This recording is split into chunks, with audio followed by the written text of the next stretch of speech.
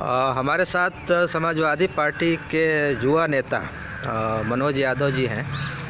मनोज जी, आज एक ख़ास बात यह है कि समाजवादी पार्टी के जो संस्थापक मुलायम सिंह यादव जी हैं, आज उनका जन्मदिन भी है।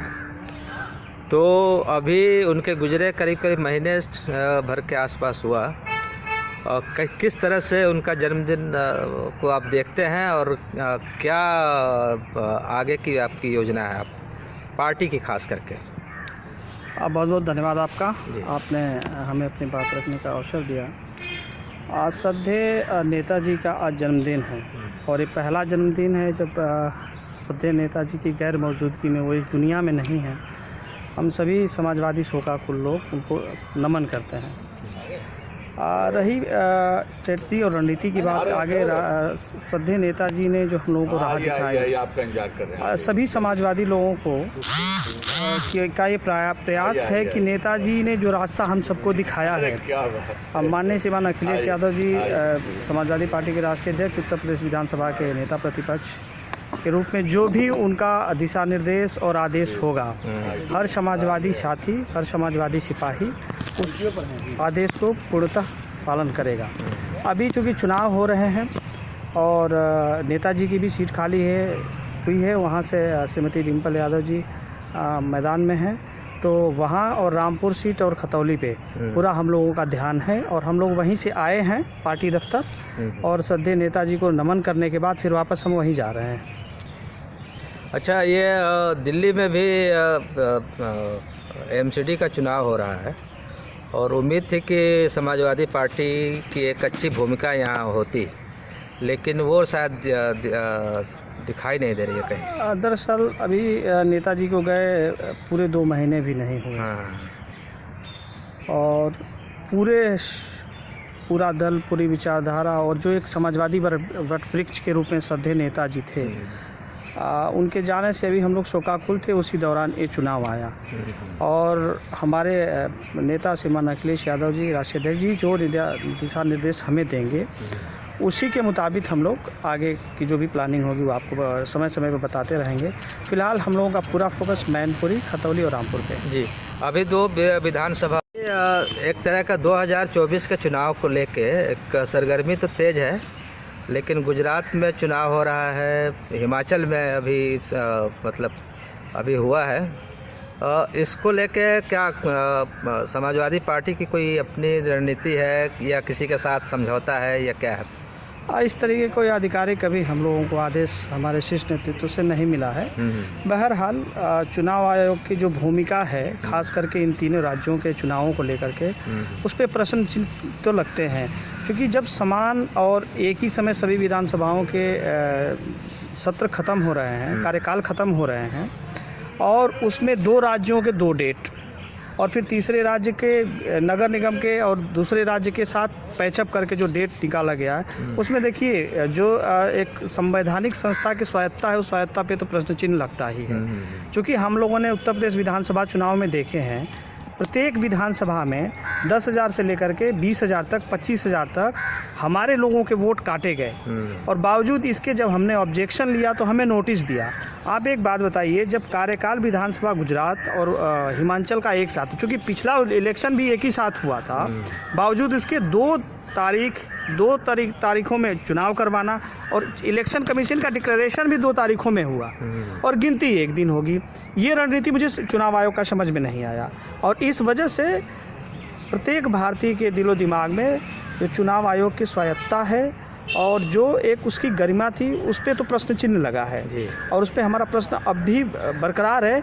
इन्होंने डिटेल मांगा था, हमारी पार्टी ने माननीय राष्ट्रीय अध्यक्ष जी के दिशा निर्देश के मुताबिक उनका जवाब दे दिया, लेकिन उस जवाब के फलस्वरूप उनका कोई एक्शन नज़र नहीं अब तक आया। और जैसे यूपी में मशीनें तैरते मिली हैं, विभिन्न जिलों में चुनाव के दौरान हमारे लोगों ने पकड़ा है, वो हिमाचल में भी मिला है। तो ऐसा क्या है कि सिर्फ मशीन को लेके घूमते बीजेपी के लोग ही नज़र आते हैं। समाजवादी पार्टी के लोग, बहुजन समाज पार्टी के लोग उत्तर प्रदेश में नहीं मिले, कांग्रेस के लोग चाहे किसी और दल के लोग हिमाचल और गुजरात में क्यों नहीं मिले, सिर्फ बीजेपी के लोगों के पास। एक सवाल तो ये उठता है कि जब चुनाव आयोग ही जिस पे एक निष्पक्ष चुनाव कराने का जो एक अधिक वो है, क्या बोलते हैं, दायित्व जिम्मेदारी है, दायित्व है। तो जब वही से गड़बड़ है तो अब किस तरह का लोकतंत्र तो कुछ बचा ही नहीं। मसला यही है कि देश के सबसे और कैसे करेंगे आगे? मसला वही है कि देश के सबसे बड़े लोकतंत्र के निष्पक्ष चुनाव कराने की जिम्मेदारी जिस संगठन के ऊपर है, वो संगठन की स्वायत्तता और उसके कार्यशैली ही जब संदेह के घेरे में हो तो जाहिर सी बात है प्रश्न तो उठेंगे।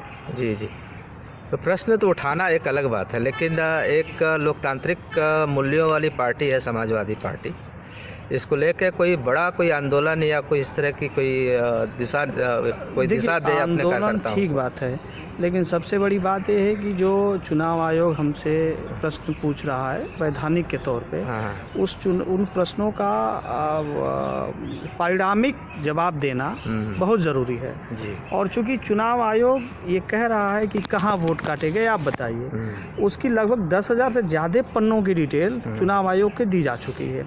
बावजूद इसके अब चुनाव आयोग को फिर जब जीव सत्तारूढ़ की तरफ से जब कोई इशारा आएगा या कोई दिशा निर्देश मिलेगा तब वो जागेगा, क्योंकि चुनाव आयोग स्वायत्त तो रहा नहीं। जी। स्वायत्त होता तो उत्तर प्रदेश के चुनाव को शून्य घोषित करके फिर से वो चुनाव किए जाते। तो नाम किसके काटे जा रहे हैं? जो देखिए, ये एक कैडर का मामला है। और जितने भी विपक्ष के लोग हैं, विशेष तौर पे समाजवादी पार्टी के लोग, समाजवादी पार्टी के वोटर, अब मैं 3 जिलों का प्रभारी था, मेरे पास डेटा है 3 जिलों का।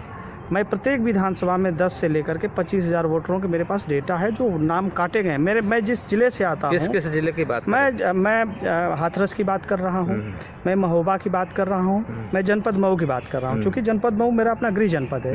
मेरे लगभग 95-97 साल के ग्रैंडफादर हैं, मेरे दादाजी हैं। जब से देश आज़ाद हुआ तब से और अब तक वोट डालते आए हैं। पहली बार विधानसभा का चुनाव था जब वोट नहीं डाल पाए, क्योंकि वोटर लिस्ट में उनका नाम नहीं था इस बार। अच्छा, तो ये हकीकत है। मुझसे चुनाव आयोग मांगे, मैं उनको डिटेल लिख के दूंगा। आखिर किसके इशारे पे क्यों उनका नाम काटा गया? जो कि 97-96 साल के व्यक्ति हैं, आज़ादी पहला चुनाव से लेकर के और वो अब तक के सभी चुनावों में वोट डालते आए हैं, बावजूद इसको उनका नाम किसके कहने पे काटा गया? जाहिर सी बात है सत्तारूढ़ के इशारे पे ही सब कुछ हो रहा है। तो मैंने कुल मिला के यह है कि सत्तारूढ़ जो भी शासक है यहाँ, चाहे केंद्र की हो चाहे राज्य की हो, उसको पहले नहीं हटाएंगे तो शायद मामला नहीं बनेगा। देखिए, ये जिम्मेदारी देश के लोगों की है। उनको ये समझना होगा कि देश के लोकतंत्र की बचाने और इस लड़ाई में किसकी भूमिका कहाँ रहेगी। आने वाली पीढ़ियाँ तो पूछेंगी कि जब ये सब हो रहा था तो आप कहाँ थे। हम तो कह सकते हैं कि हम समाजवादी लोग लोकतंत्र के लिए मैदान में थे। 2022 का चुनाव हो, चाहे 17 का चुनाव हो, चाहे भी चुनाव हो, और हम लड़ रहे हैं। और जब चुनाव आयोग ने हमसे जवाब करा है, हमने उसका सार्थक जवाब दिया है। प्रश्न करा है, हमने जवाब दिया है। तो जब हम उनका जवाब दे रहे हैं, उस जवाबों के बाद जो चुप्पी होती है, उस चुप्पी पे प्रश्न चिन्ह है कि अगर आपने कह दिया कि आप बताओ कि आपके कितने वोट काटे गए, हमने लिख के दे दिया कि हमारे इन विधानसभाओं में इतने वोट काटे गए, अब आप चुप हो जाएंगे। जब कोई अगला इलेक्शन आएगा तो फिर आप जागेंगे कि आपने जो जवाब दे दिया था उसमें ये कमी रही। मतलब आप तुरंत उससे प्रश्न पूछिए कि आपका यहाँ कमी रहा। हम यहाँ पे अगर 10,000 वोट से अगर आपका कैंडिडेट हारा है, 20,000 वोट आपके काटे गए हैं, तो हम इस चुनाव को शून्य घोषित करते हैं, उपचुनाव कराइए आप। लेकिन ये तो चुनाव आयोग के पास हैसियत है नहीं। हैसियत इसलिए नहीं है कि चुनाव आयोग की जो स्वायत्तता है वो बिल्कुल ही संदेह के घेरे में।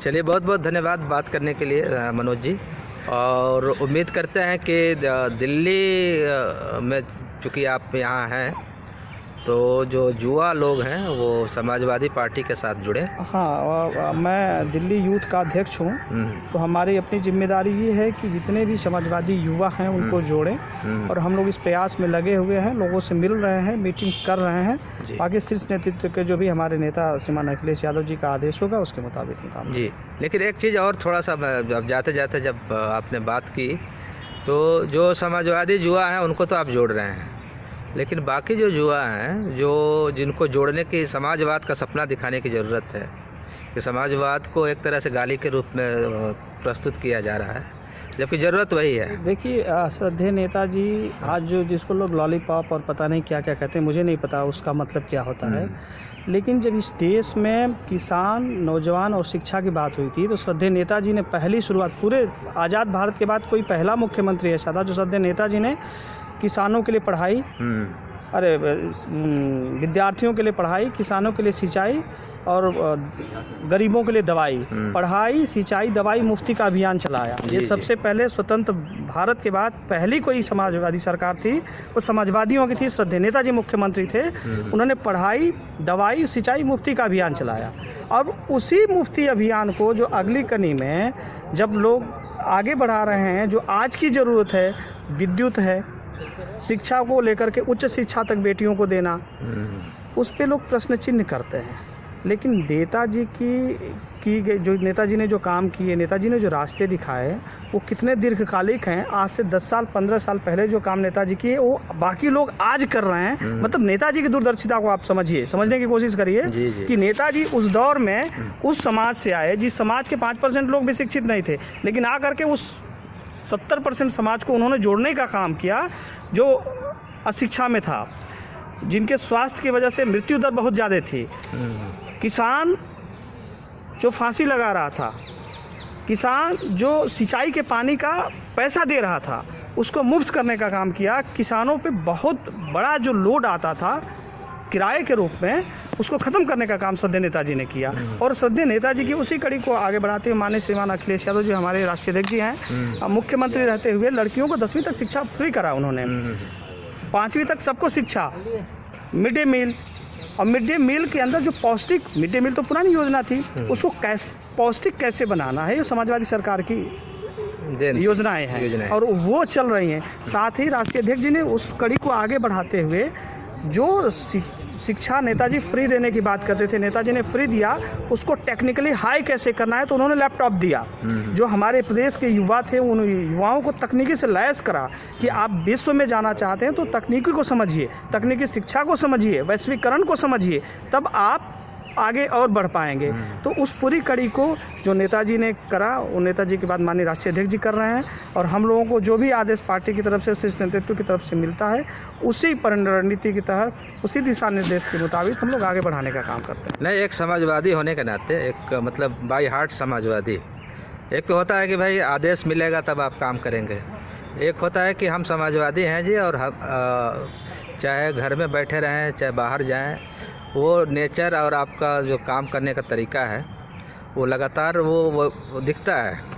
तो क्या केवल ऑर्डर का इंतजार करेंगे या ऐसा नहीं? देखिए जब लोग यहाँ अध्यक्ष बना करके भेजे गए हैं, विभिन्न जो हमारे फ्रंटल और संगठन है वो भी जोड़ रहे हैं। हमारा नेचर है कि जो भी हमारी विचारधारा के लोग हैं उनको तो हम जोड़ेंगे ही। जो हमसे जुड़ सकते हैं, जो वैचारिक रूप से जिनसे हमारी समानता है, उनको भी हम जोड़ने के प्रयास में लगे हुए हैं। निरंतर हमारे युवा साथी, हमारे समाजवादी विचारधारा के लोग, हमारी विचारधारा के लोग जो है वो जुड़ रहे हैं, और इस कड़ी को हम निरंतर, हम सभी साथी, लोहिया वाहिनी भी है यहाँ पे छात्र सभा भी है, यहाँ यूथ ब्रिगेड भी है, महिला सभा भी है, विभिन्न संगठन है, तो बाकी सभी संगठनों के लोग लगे हुए हैं और अपने अपने स्तर पे सब काम कर रहे हैं। सबको दिशा निर्देश ऑलरेडी है, ये नहीं कि आप रुकिए, आपको जोड़ना है।